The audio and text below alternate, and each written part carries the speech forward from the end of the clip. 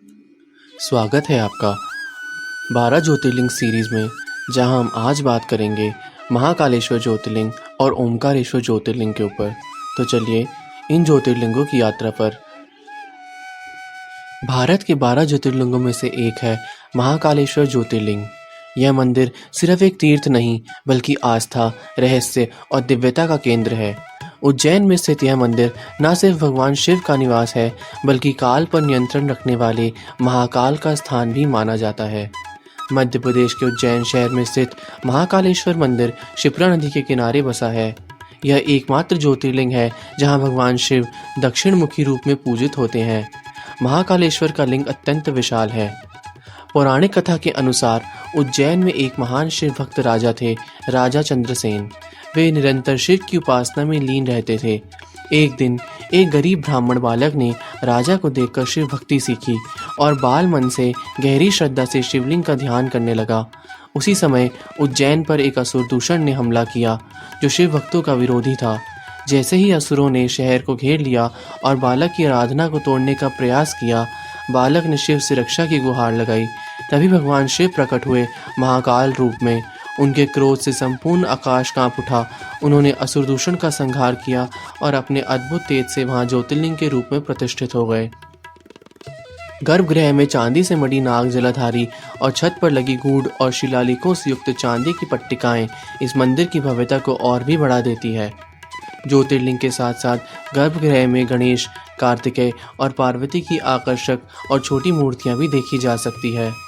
मंदिर 3 मंजिला है, जिसमें नीचे महाकालेश्वर, मध्य में ओंकारेश्वर और ऊपर नागचंद्रेश्वर के लिंग स्थापित है। नागचंद्रेश्वर के दर्शन सिर्फ नाग पंचमी के दिन होते हैं। मंदिर परिसर में एक विशाल कुंड भी है, जिसका नाम कोटि तीर्थ है। कुंड और इसका जल दोनों ही अत्यंत पवित्र माने जाते हैं। कुंड के पूर्व में एक विशाल बरामदा स्थित है, जिससे गर्भगृह की ओर जाने वाला मार्ग का प्रवेश द्वार है।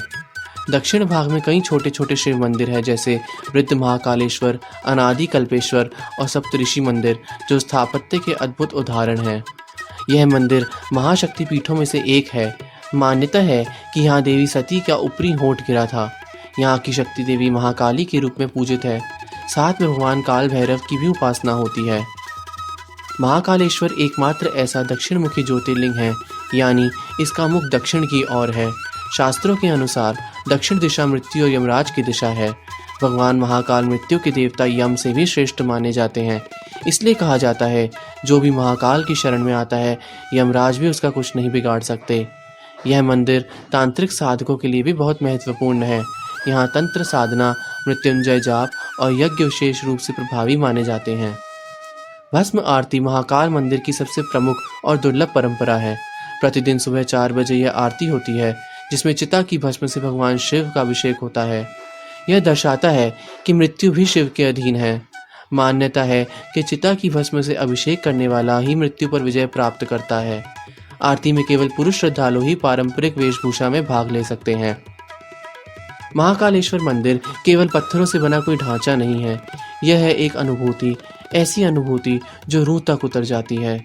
यह वह स्थान है जहाँ समय रुक जाता है, जहाँ मृत्यु भी झुक जाती है और जीवन का रहस्य खुलता है। यहाँ हर घंटी की गूंज, हर आरती की लौ और हर हर महादेव का स्वर मनुष्य के भीतर के अंधकार को मिटाकर प्रकाश की ओर ले जाता है। वह स्वयं के भीतर छिपे शिव को देखता है। हर हर महादेव।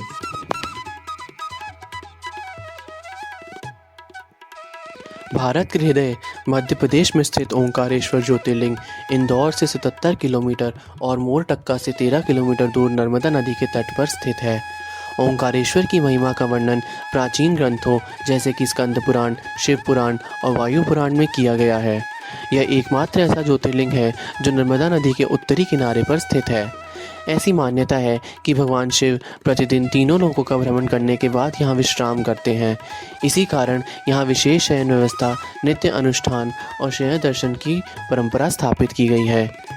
यहाँ नर्मदा नदी 2 धाराओं में विभाजित हो जाती है, जिससे मंदाता शिवपुरी नामक एक द्वीप का निर्माण होता है।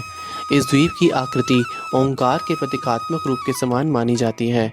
पुराणों के अनुसार विंध्य पर्वत ने भगवान शिव की तपस्या की और उन्हें एक स्थूल शिवलिंग के रूप में पूजित किया। भगवान शिव उनकी भक्ति से प्रसन्न होकर प्रकट हुए और उन्हें आशीर्वाद देते हुए प्रणव लिंग ओंकार स्वरूप के रूप में प्रकट हुए। ऐसी भी मान्यता है कि देवताओं की प्रार्थना के बाद यह लिंग दो भागों में विभाजित हो गया। एक भाग ओंकारेश्वर कहलाया और दूसरा ममलेश्वर। ज्योतिर्लिंग का वास ओंकारेश्वर में है, जबकि स्थूल लिंग ममलेश्वर या अमलेश्वर में स्थित है।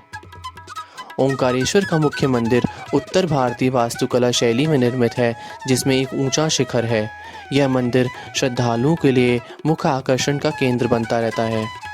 गर्भगृह पुरानी वास्तुकला शैली में निर्मित है और एक छोटे मंदिर के समान प्रतीत होता है। इसका गुंबद पत्थरों की परतों से बनाया गया है। यह छोटा मंदिर नदी के गहरे तट के दक्षिणी किनारे पर स्थित है और इसका मुख उत्तर दिशा की ओर है, जबकि नया बड़ा मंदिर भाग दक्षिण दिशा की ओर उन्मुख है। इसी कारण ऐसा माना जाता है कि गर्भगृह और मुख्य शिवलिंग मंदिर के मुख्य द्वार और शिखर के साथ सीधे में नहीं आते, क्योंकि दोनों निर्माण काल अलग अलग हैं। मंदिर में कुल 5 मंजिलें हैं और प्रत्येक मंजिल एक अलग देवता को समर्पित है।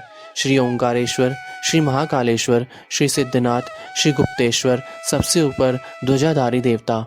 मंदिर में प्रतिदिन 3 प्रमुख पूजन होते हैं। सुबह का पूजन ट्रस्ट द्वारा किया जाता है, दोपहर का पूजन सिंधिया परिवार के पुरोहितों द्वारा और शाम का पूजन होलकर परिवार के पुरोहितों के द्वारा संपन्न होता है। हर सोमवार को भगवान ओंकारेश्वर की 3 मुखों वाली स्वर्ण पालकी निकाली जाती है, जिसे डोल, नगाड़ों और झांझ करतालों की धुन के साथ नगर में भ्रमण कराया जाता है। इस पालकी यात्रा को डोला या पालकी यात्रा कहा जाता है। यह यात्रा नदी तट पर पूजन से आरंभ होती है और फिर नगर के विभिन्न भागों से होकर गुजरती है। श्रावण मास के दौरान यह यात्रा विशेष रूप से भव्य होती है। ओंकारेश्वर केवल एक तीर्थ नहीं, वह ध्वनि है जिससे सृष्टि का आरंभ हुआ। ओम वह एक अक्षर जिससे शिव प्रकट हुए और उसी स्वरूप में वह आज भी वहाँ विराजमान है। यहाँ शिव केवल मूर्ति नहीं, अनुभूति है। यहाँ शिव केवल नाम नहीं, साक्षात ऊर्जा है। यहाँ आकर लगता है कि हर सांस में शिव का नाम समाया है, हर लहर में ओंकार की गूंज है और हर धड़कन बस एक ही मंत्र जप रही है, ओम नमः शिवाय।